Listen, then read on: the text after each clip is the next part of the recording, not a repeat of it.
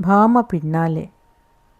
കോണി കയറി അവർ എത്തിയത് ഭാമയുടെ കിടപ്പുമുറിയിലാണ്. മുറിയിലാകെ ഒന്ന് കണ്ണോടിച്ച് കുലഹള്ളി ഭാമയെ തുറിച്ചു നോക്കി. ഞാൻ വന്നത്. ഭാമ കിടക്ക ചൂണ്ടിക്കാണിച്ചു. ഇരിക്കൂ. വേണ്ട, ഞാൻ നിൽക്കാം, ഭാമ പറഞ്ഞു. അശുദ്ധമല്ല. വളരെ വിഷമിച്ച് കുലഹള്ളി പറഞ്ഞു. ഞാനൊരു ഗവേഷണ വിദ്യാർത്ഥിയാണ്. വേശ്യാലയങ്ങളെപ്പറ്റി ഒരു തീസിസ്. പറഞ്ഞത് മുഴുവൻ മനസ്സിലായില്ലെങ്കിലും മുഖവുര ആവശ്യമില്ലെന്ന അർത്ഥത്തിൽ ഭാമ അറിയിച്ചു. ഞങ്ങൾക്കിപ്പോൾ അങ്ങ് ഭഗവാൻ കൃഷ്ണനാണ്. എന്തു വേണമെന്നറിയിച്ചാൽ. ഞാൻ കണക്ക് ശേഖരിക്കുകയാണ്. വിരോധമില്ലല്ലോ? ഒരു വിരോധവുമില്ല. എന്തിനാണ് പരിഭ്രമിക്കുന്നത്? ഇരിക്കൂ. കുലഹള്ളി കിടക്കയിലിരുന്നു. ഭാമ കട്ടിലോരം ചാരി നിലത്തും.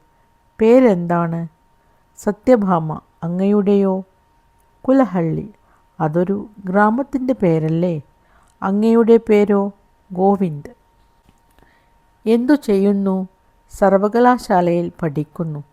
അതെവിടെയാണ്? പൂനെയിൽ. അങ്ങയ്ക്കെന്താണ് അറിയേണ്ടത്? ഈ സ്ഥാപനം ആരുടെയാണ്? ഭഗവാന്റെ.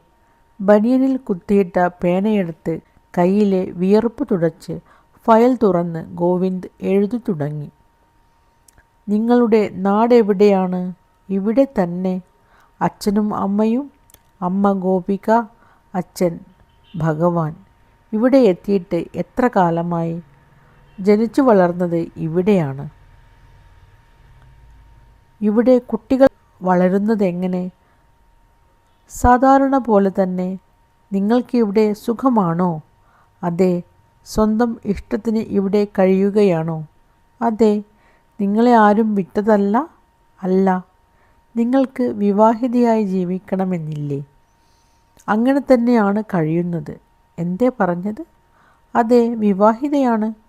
ഭർത്താവാര്? ഭഗവാൻ കൃഷ്ണൻ. കുടുംബം? ഞങ്ങളൊരു കുടുംബമാണ്. ഞങ്ങളെന്നാൽ ഞങ്ങൾ ഗോപികമാർ. നിങ്ങൾക്ക് കുട്ടികളുണ്ടോ? ഭഗവാൻ തന്നിട്ടില്ല.